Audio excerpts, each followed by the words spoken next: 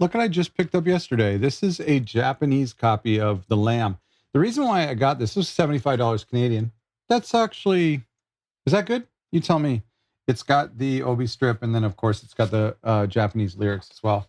Other than that, it's the same. Although I had an Atco copy, I love the obi strip. That's why I got it.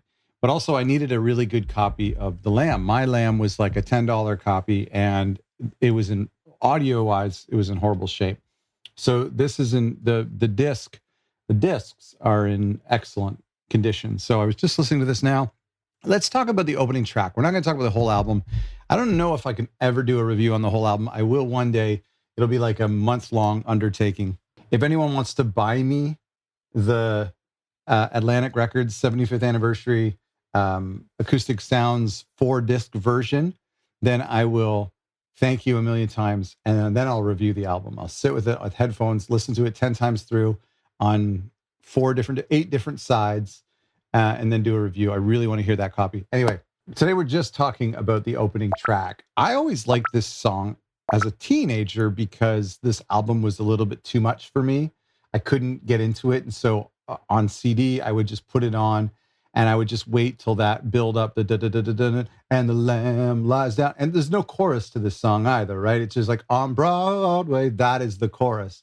And so I really loved that part. Everything else was kind of cool. It does mimic Turn It On Again in a little bit of a way. Like once the song gets going, it has that kind of like road trip feel. It's a great opener for that reason. But as a kid, it was the only song on the album that was really accessible to me, aside from maybe later on Carpet Crawlers.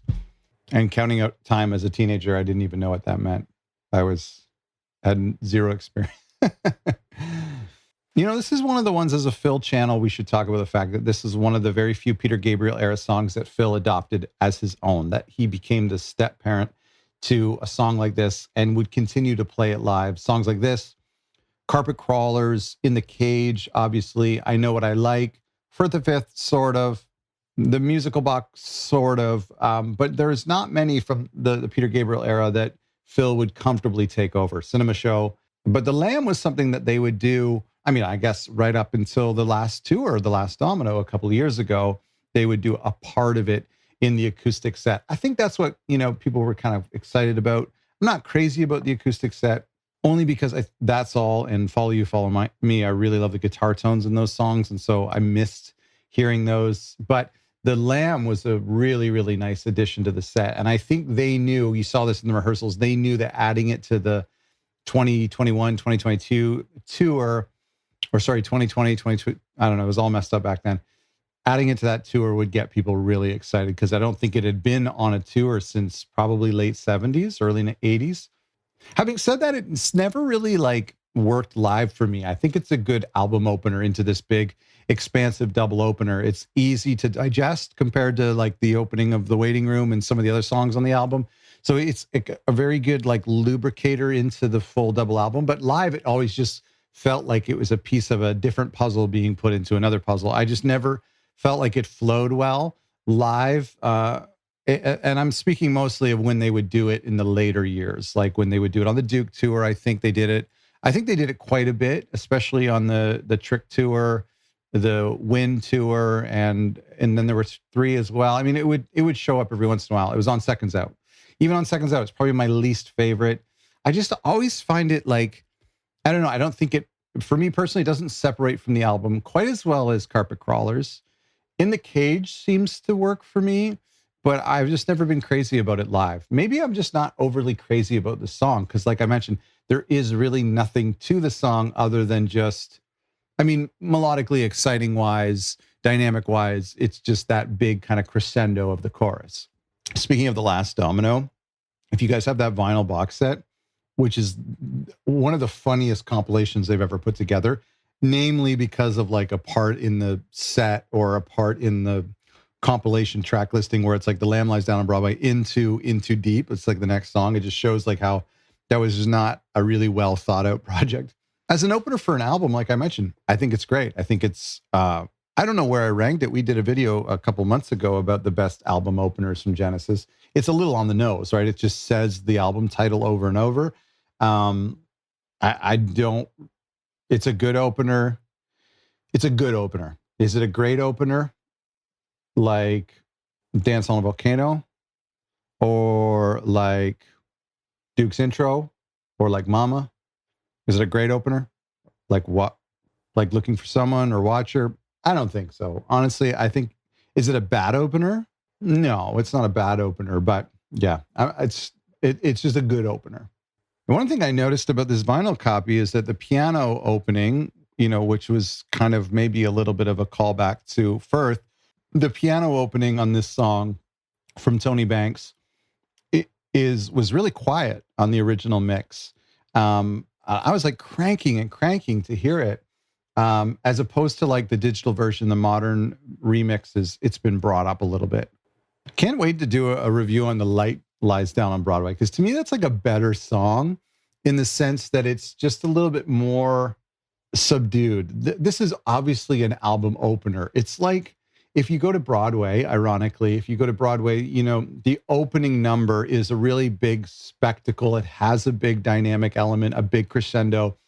The opening song gets everyone excited to hear the show, but it might not be the hit song. It might not be the biggest song of the Broadway musical. And I feel like that's kind of true for this.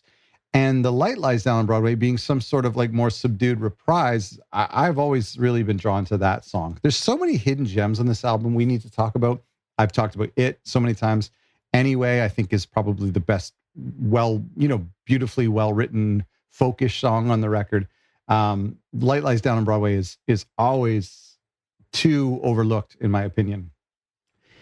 I heard that this was a single in the US as a way to kind of promote the tour. The main singles, I believe, was Counting Out Time. Is that right? And Carpet Crawlers? Are those the big singles in the UK, which didn't work? And then The Lamb Lies Down on Broadway was the single for the US as a way to promote the tour. My question to you is, are there 7 inches or 12 inches of The Lamb Lies Down on Broadway as a single? I think I've come across Counting Out Time on Charisma as a 7-inch. I've definitely come across Carpet Crawlers.